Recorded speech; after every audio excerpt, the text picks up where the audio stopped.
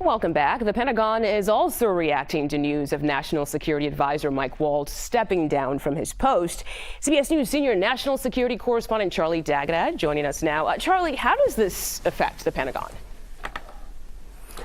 Well, Mugo, this is the National Security Advisor, and nothing says national security like the U.S. military and the Pentagon. And, his position was key in working with Secretary Hegseth, as we've seen made public. The conversations that they take place, he would gather that information and talk to the Secretary of State, talk to the intelligence community, and then provide President Trump and the Trump administration with a way forward in terms of tactics and decision making. So, there hasn't been any comment, not surprisingly, I suppose, from Defense Secretary Pete Hegseth. Obviously, there are many on the Hill who have suggested that President Trump got the wrong man, that Secretary Hegseth should have been the one to go, because it wasn't that Waltz had opened up that signal channel, but it was the information that Secretary Hegseth shared on that signal channel.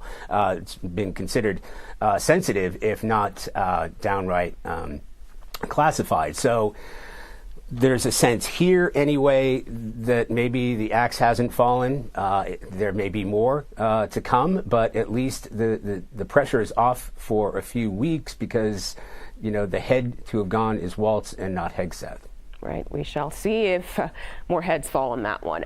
Charlie, I also want to ask you about this, because what do we know about a second military zone along the border with Mexico?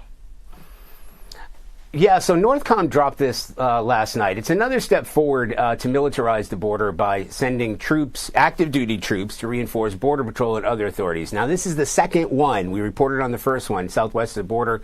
According to that statement from Northern Command, it will be along the border between Texas and Mexico. It's sort of extending the presence that's already there. So Fort Bliss is already there. So it's going to be around 63 miles east of that, to block or certainly discourage the flow of migrants. As I said, the second base, that's in addition to the one that's set up in New Mexico. It's strange. It's only around 60 feet wide, but it's around 200 miles long. So, and that was set up last month. In both cases, anybody caught trespassing into these so-called national defense areas, which are really military installations, they can be temporarily detained by active duty troops until they're handed over to Border Patrol agents. So this reinforces Defense Secretary's repeated comments. He was at the border last week to protect the borders by essentially deploying, suited uniformed military there. And it's kind of a workaround, because active duty troops are forbidden from engaging in law enforcement.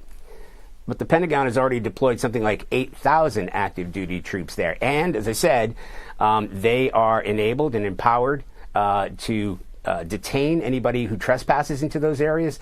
There are Navy ships involved, and spy planes also part of that effort.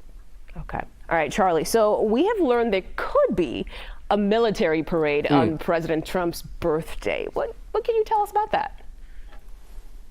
Well, I can confirm that there could be a military parade on that time. That's what officials are saying here. They're kind of on standby waiting for the orders to go. But call it a happy accident or a coincidence. Maybe it was planned that way. The Army is celebrating its 250th birthday right around the same time as President Trump celebrates his 79th birthday. So we can confirm from defense officials that the Army is planning for potential military parade. It would include thousands of troops. We understand as many as 6,600 soldiers will take part. Wow.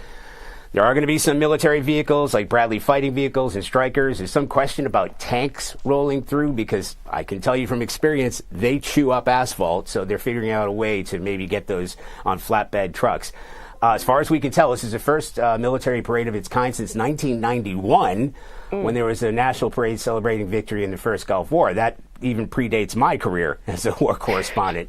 And we also note that the Army is 1 year older than the nation itself. In fact, all of the branches will be celebrating a 250th anniversary with multiple ways of marking that moment. All right, Charlie D'Agata, thank you so much for your insight there, and also history lesson today. We appreciate it.